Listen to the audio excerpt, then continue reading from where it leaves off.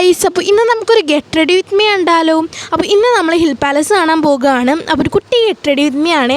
അപ്പോൾ ആദ്യം തന്നെ പോൺസിൻ്റെ മോയ്സ്ചറൈസർ ഇട്ട് കൊടുത്തിട്ടുണ്ട്. പിന്നെ ആണെങ്കിൽ ഫൗണ്ടേഷൻ ഇട്ട് നന്നായിട്ടൊന്ന് ബ്ലെൻഡ് ചെയ്ത് കൊടുത്തിട്ടുണ്ട്. ഇനി നമ്മൾ നെക്സ്റ്റ് ഐ ലുക്കാണ് ചെയ്യാൻ പോകുന്നത്.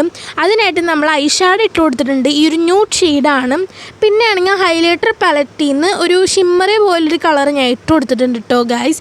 പിന്നെ ആണെങ്കിൽ നെക്സ്റ്റ് ഞാൻ ഐലൈനറാണ് എഴുതുന്നത്. ഇത് ഡാസ്ലർ ഐലൈനറാണ്. പിന്നെ മസ്കാരയും കൂടി ഇട്ട് കൊടുക്കുന്നുണ്ട്. സാധാരണ ഇതൊക്കെ ഞാൻ ബ്ലഷ് ഇട്ടതിന് ശേഷമാണ് ചെയ്യാറ്. അപ്പോൾ ഇന്നൊന്ന് മാറ്റി പിടിച്ചിട്ടുണ്ട് കേട്ടോ ഗൈസ്. ഇനി മസ്കാര ഇട്ടതിന് ശേഷമാണ് ഞാൻ ബ്ലഷ് ഇട്ട് കൊടുക്കുന്നത് കേട്ടോ ഗൈസ്. ബ്ലഷ് എങ്ങനെ ഇട്ട് കൊടുക്കണമെന്ന് ഞാൻ നിങ്ങൾക്ക് ഇപ്പോൾ കാണിച്ചു തരാം. ആദ്യം തന്നെ കുറച്ച് ഫൗണ്ടേഷൻ ഇട്ടിട്ടുണ്ട്. പിന്നെ ആണെങ്കിൽ ബ്ലഷ് എടുത്തിട്ട് നന്നായിട്ട് ഇത് രണ്ടും കൂടി നന്നായിട്ടൊന്ന് മിക്സ് ചെയ്തതിന് ശേഷമാണ് ഇത് നമ്മൾ ബ്ലഷായിട്ട് ഇട്ട് കൊടുക്കുന്നത്.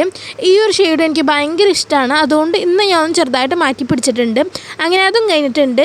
ഇനി നമുക്ക് ഹൈലൈറ്റ് ചെയ്ത് കൊടുക്കാം. അപ്പോൾ ഈ ഒരു ബ്രൗൺ ഷെയ്ഡ് എടുത്ത് മൂക്കിൻ്റെ അവിടെ ഒന്ന് ഹൈലൈറ്റ് ചെയ്ത് കൊടുക്കുന്നുണ്ട്. അങ്ങനെ നമ്മുടെ മേക്കപ്പ് പരിപാടി കഴിഞ്ഞിട്ടില്ല കേട്ടോ ഗൈസ്. ഇനി നമുക്ക് ഹൈലൈറ്ററായിട്ട് ഞാൻ അവിടെ യൂസ് ചെയ്യുന്നത് എൻവൈബയുടെ പ്രോ സ്ട്രോക്ക് ക്രീമാണ്.